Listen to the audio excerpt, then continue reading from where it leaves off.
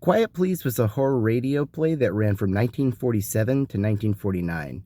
It had its roots in the Campbell Playhouse, where writer Willis Cooper met Ernest Chappell, who was the announcer of that show. This Campbell Playhouse was the successor to Mercury Theater on the Air. That was where Orson Welles did his famous adaptation of H.G. Wells' War of the Worlds. But after Campbell Theater, Willis Cooper went on to create Lights Out, and then after that went on to create Quiet Please. And Quiet Please was a very famous horror show, and one of its episodes, The Thing on the Fourble Board, is actually considered to be the best horror radio play ever made by some. The Thing on the Fourble Board centers around an oil rig worker or a roughneck.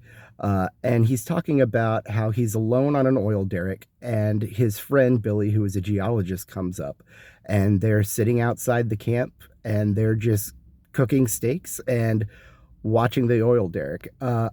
Basically, when you're drilling for oil, the links of the drill, two of them is called a double, three is a thribble, and four is a fourble. So the level of catwalks that you need to be at each section of the drill to put them on are the different boards, the Fourble board being the fourth up. And as they're drilling, whenever the hole fills up with water, they have to put in this quick drying cement. And once that cement's around it, they can then bore through the concrete, and the cement around that stops the water from filling in the hole.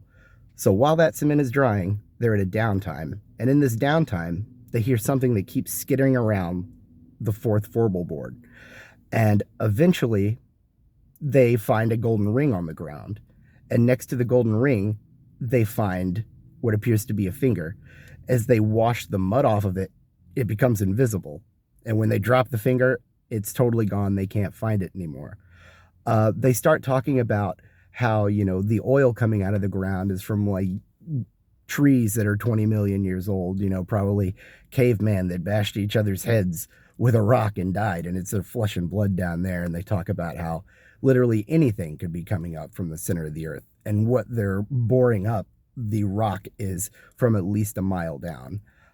Long story short, they end up unearthing a creature that no one has ever seen, and you have to listen to the story to find out what the narrator does with it. It's one of the most interesting endings to a horror story, and it really puts you in the seat. It really just pulls you into the story from the beginning. You don't realize that you're a character in it until the very last scene. So check it out. The Thing on the Fourble Board from Quiet Please.